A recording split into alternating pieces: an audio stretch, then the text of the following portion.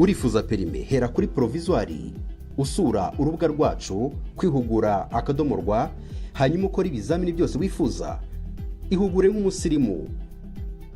Reka tuguhe ikaze mukunzi wacu hano ku rubuga rwa Today TV tukugezaho amakuru agiye atandukanye abera hano mu gihugu cy'u Rwanda ndetse no hanze y'u Rwanda. Reka tugusabe urebe hasi gato ya video urimo kureba, urabona akajambo subscribe gakandeho, tegerezwa gatoya urabona akamenyetso kameze nk'inzogera nakuga kandeho kugira ngo ujye dukurikira umunsi ku wundi n'amakuru azindutse avugwa. Uyu munsi ni tariki ya 6 z'ukwezi kwa karindwi mu mwaka wa 2024. Hari amakuru rero azindutse avugwa n'umugore urimo gushinja RIB cyangwa se uhagarariye RIB ku rwego rw'akarere ka Nyarugenge. Rero hari ikibazo gikomeye cyane bafitanye, turifuza kukibasangiza hanyuma nawe mugatanga ibitekerezo byanyu, haba hari n'icyo wumva wakora ukagikora. Rero turifuza kugezaho aya makuru, tuguhaye ikaze, ariko tukubwira ko nyuma y'iki kiganiro cy'uyu mugore yaje kuba asobanura uburyo uyu muyobozi yaje kuba yakingira ikibaba umuntu wari umurimo amafaranga menshi cyane. Turifuza kukugezaho andi makuru none atangaje nayo yazindutse avugwa. Rero nkuko mumaze kubimenyera, iyo ugeze hano kuri Today TV amakuru yose niyo waba utadukurikiye igihe kingana gute uraza ukabona amakuru yose icyarimwe. Rero wowe icyo usabwa ni ukudukurikira ukaduha umwanya wawe iminota mike cyane rwose utasobanukirwa byinshi mu birimo kuvugwa hano mu gihugu cy'u Rwanda. Uhawe ikaze rero.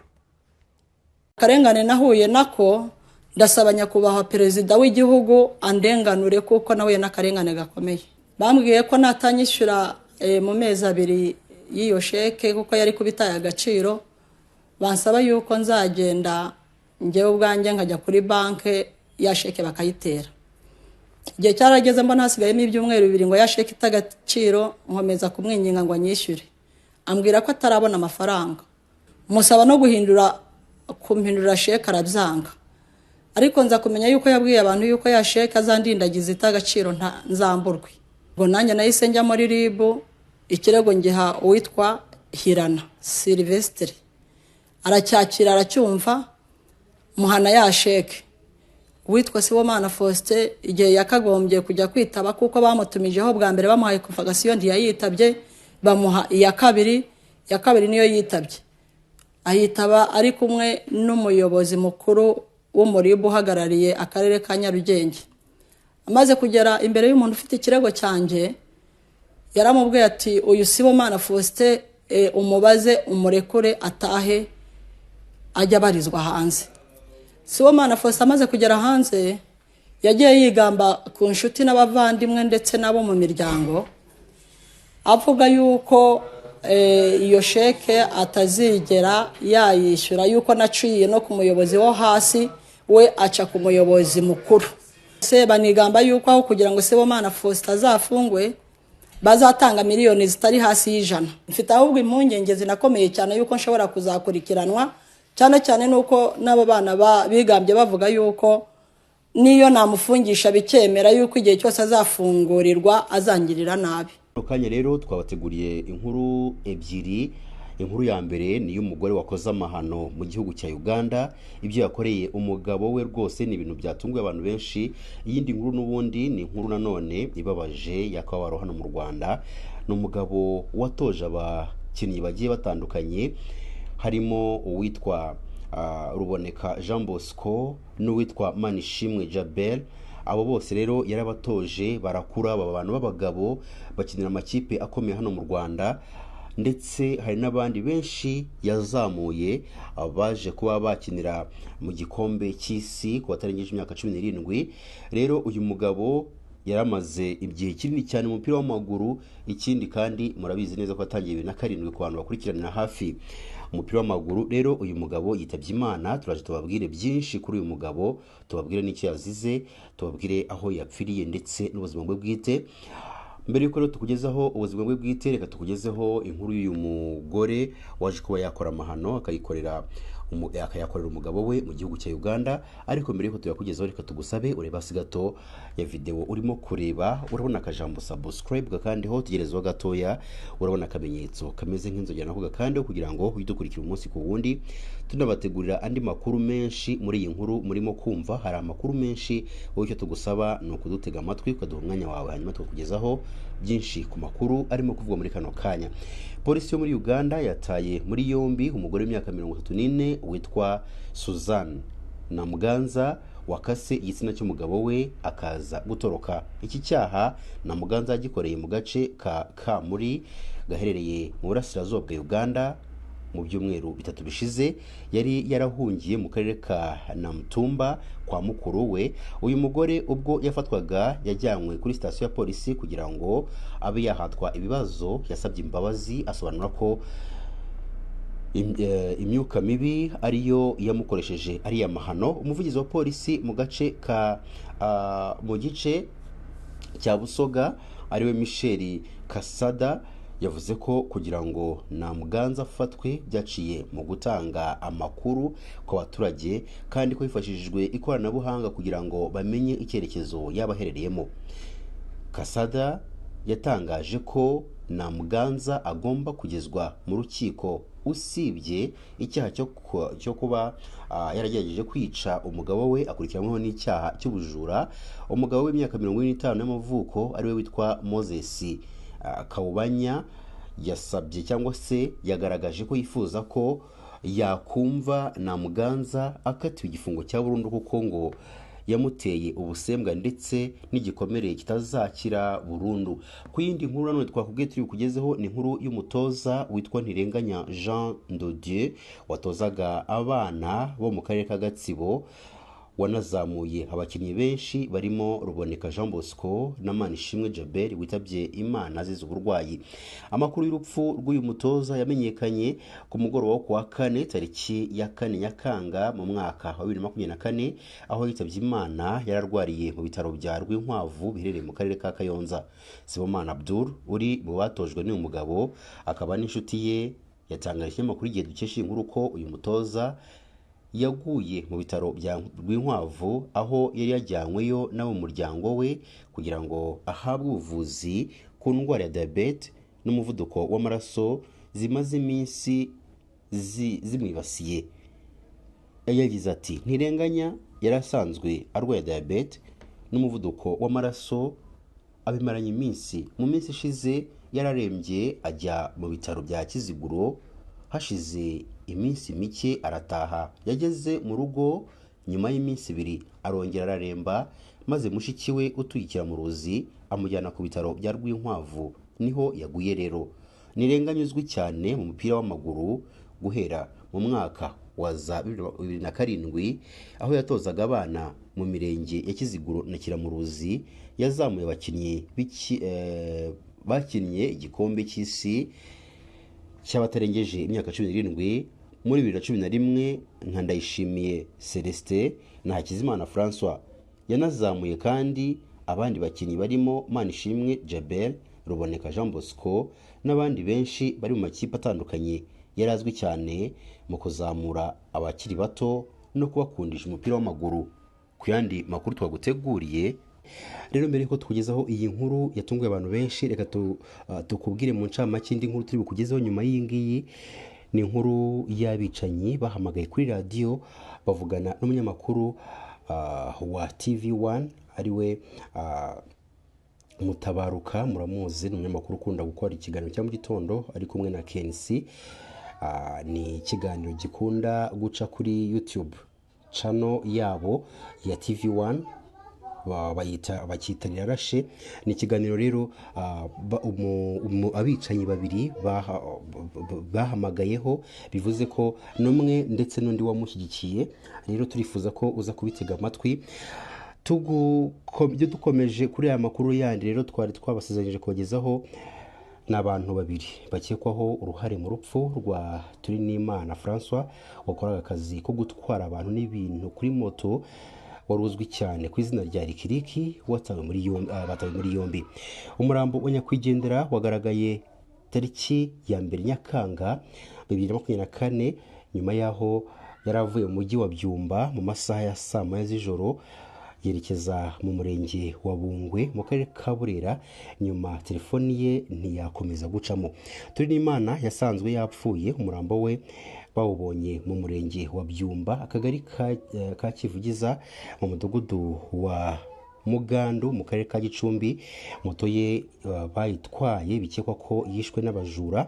Umuvugizi wa polisi mu ntara y'Amajyaruguru aganira n'ikinyamakuru Igihe dukesha inkuru yagize ati nibyo mu gitondo cyo ku itariki ya 2 Nyakanga 2024 habonetse umurambo w'umumotari, bikekwa ko yishwe.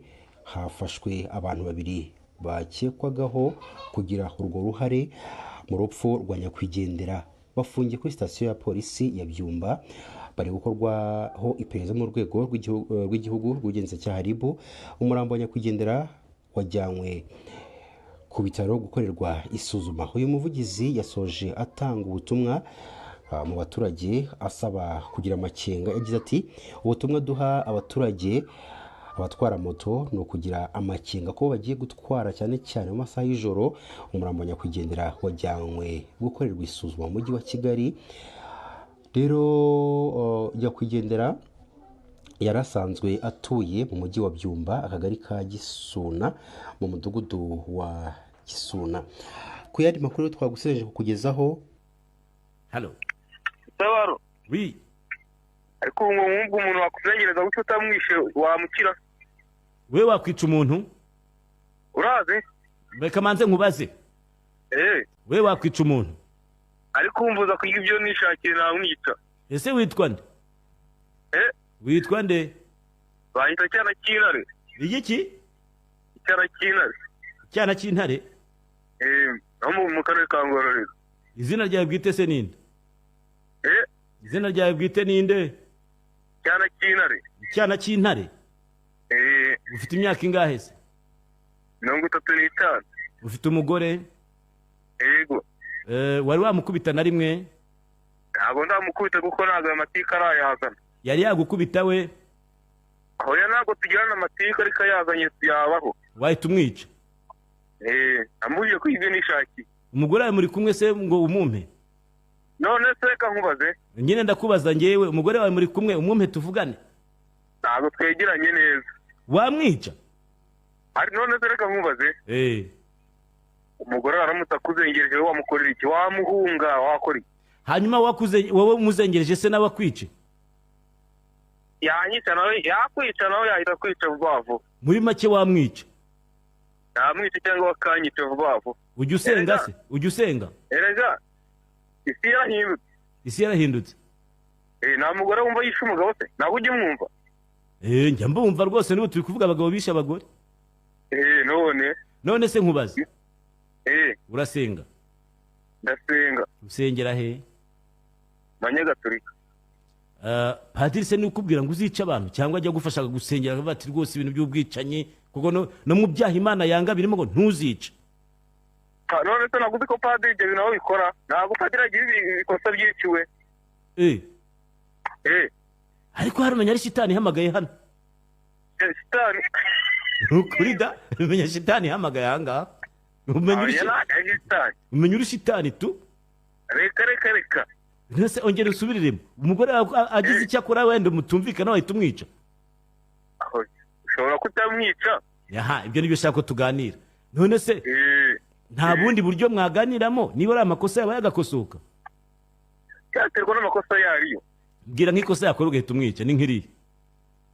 Ariko mukamubaze mutabara. Mbaza N'ubwo ubyuka ukora aho ngaho. Akakubuza kugira utwawe. Uduki mbese? Uduki twawe? Ibyo wakoreye byawe. Ngira ngo ibi uri gukora aba ari ibyanyu mwese. Wiri kubikorera? Yes, none se umugabo nyamugabo aruhira urugo. Nudashaka kubeshya noneho. Ibyo uri gukora byose nawe yakora iki? Ntarasi utanga mu rugo? Ntarasi utanga mu rugo? Ni umwana uhahira? Ariko uturanye n'abandi bantu cyangwa mutuye mu ishyamba? Abaturanye benshi cyane. Baruta bari Kigali. Hehe? Baruta bari ngaho i Kigali. Uzi ikintu ngiye gukorera? ndabwira abapasiteri bagusengere kuko ibyo bintu bikurimo ni shitani yakwaritsemo. None tumutabaro. Ariko urabyemera ko shitani ikwaritsemo mbere ya byose? Kuri iki gihe umupasiteri wari wagusengera nawe. Warihebye pe. Uwo ntiwihebye? Yawe. Ndaza kongera guhamagara tutari muri studio. Nkugira inama y'ibyo ugomba gukora kugira ngo ukire ibyo bintu kuko umerewe nabi. Ariko none banza wumve se. Iraterwa n'ubukene banza umwanira akanyenyeri none. Urakennye? Cyane. Ubu ni ntagakanda ntunyica. Umva se. Umva reka nkubwire. Reka duhe n'abandi ijambo ibyo byose urakurikiye babanza kugira inama, sibyo? Ariko bankandira n'akanyenyeri kuri iyo nimero y'ababwira ariko. Oya ntabwo umuntu yakandira akanyenyeri umwicanye kuko uvuze ko wakwica abantu. Gusa wakandira akanyenyeri nta migambi mizima ufite. Kandi biterwa n'ubukene. Nibwo butuma wica abantu. Yawe nkandira akanyenyeri wenda buzashira. Sawa. Nakaga mpuye nako muri iki kuva nagera kwitangaza makuru mpuye nakaga gashoka. Ikiganiro ndabona nta kosa akoze. Allo?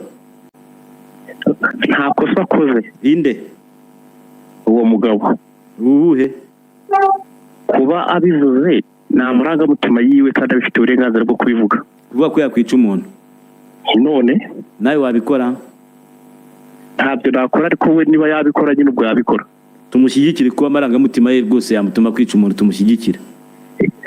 Nayo nyine nayo yababwiye ko nyine nsubiza kuko urumva ko nta kibazo rwose ateje muri rubanda, tumushyigikire rwose. Nibyo ikibazo se kirihe kuba bivuze kuriya? Kuba bivuze kuriya ni n'amahira ahubwo kuba afite n'umutima wo kubivuga. Abatawufite nibo benshi. Mbese nta kibazo amarangamutima ye batabivuga ni benshi kuba kabivuze nta kibazo mbese. Ndabona nta kibazo kirimo. Nawe wabivuga? Nge ntabyo nakora. None se kumva we ugomba kumushyigikira mu bintu nk'ibyo ngibyo? Oya nuko mugize ikiganiro nk'aho yaciye nk'amabere. Ubu umugore wabivuze ukumva uramwumvisa bivuga ko yakwica wowe ni uramufite? Oya. Niba utamufite nakumva umuntu wese yakumva, ariko rero uramutse umufite ukumva bivuga ko yakwica wowe, wavuga uti nta kibazo n'amarangamutima ye.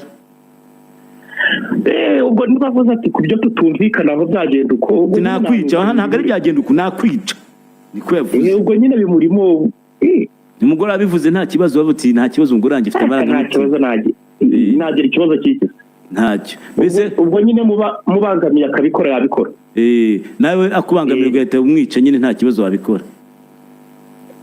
Ntabwo yambangamira kuko ntabwo byagera ku rwego rwo kumbangamira twabiganiraho. Nese abangaba babicuye ngo ntibabaganiye ati ngiye kuhagurisha ndatoya leta mwica. Nyine ubwo biba byageze ku rwego biba byageze ku rwego nyine ubwo biba byabaye. Ubwo ikintu ushaka kumenya wowe muramutse mubiganiriye akabyanga nkuko twabonye abandi babikoze, ndetse twumvise umuntu uri bari w'ingororero avuga ati nge namwica, nawe wahita ubivuga uti nakwica buriya wabivuga? Igicumbi cyangwa Burera ntibiyuga we kubivugira ku mugaragaro. Tubishyigikire kuko bivugira ku mugaragaro. Biterwa n'agake k'ahantu. None se ngende kumva nta byacitira aho ngaho. Urahagana heza yakubye ariko nkoka y'Imana kandi sinzi. Waramutseho? Nitwa Efrone ndi Nyanza mu Busoro. Nyanza mu murenge wa Busoro. Ibyo kuvuga ngo bajye ngo bashake ngurango cyana kinare ngo bamugane, ntabyo kuganira nawe, ahubwo nizere ko contact zo zifite urinda uganira n'umuntu ushaka kwica umundi kubera iki baramuganiriza. Ese ikintu atiganirije kuki mwumva ko yakiganira umuntu bamuhiga bakamuganiriza? Ahubwo inzego zibishinzwe zigende zimufate zimufunge, ibyo bimurimo bimuvemo. Abantu bamaze kwicwa ni benshi, mujya mubumva amakimbirane. Iryo ni ikimbirane rinakaze. umuntu wifata kuri radiyo abizi neza ko yumvwa na buri wese ngo njye ngo umugore ngo namwica ngo kubera ngo ashaka ngo kuba ngo yambuza ngo uburenganzira ku mitungo ye ngo yiwe si yanyuse ngo kurya ngo ibyo ariye ngo yagize ati ngo bari kurya ibyo yagize ati ngo ibyo yaruhiye ngo nimba ngo ibyo yaruhiye uraganira iki nawe ariko uraganira iki nawe bamuhige bamufunge niko bimeze nizere ko inzego zibishinzwe zamwumvishe kandi zigomba gukora icyo zishinzwe urumva Mutabaro niko bimeze ibintu nk'ibyo bicike cyane genda nababaye wumve ko mbabaye buriya ntatangiye amakuru ku gihe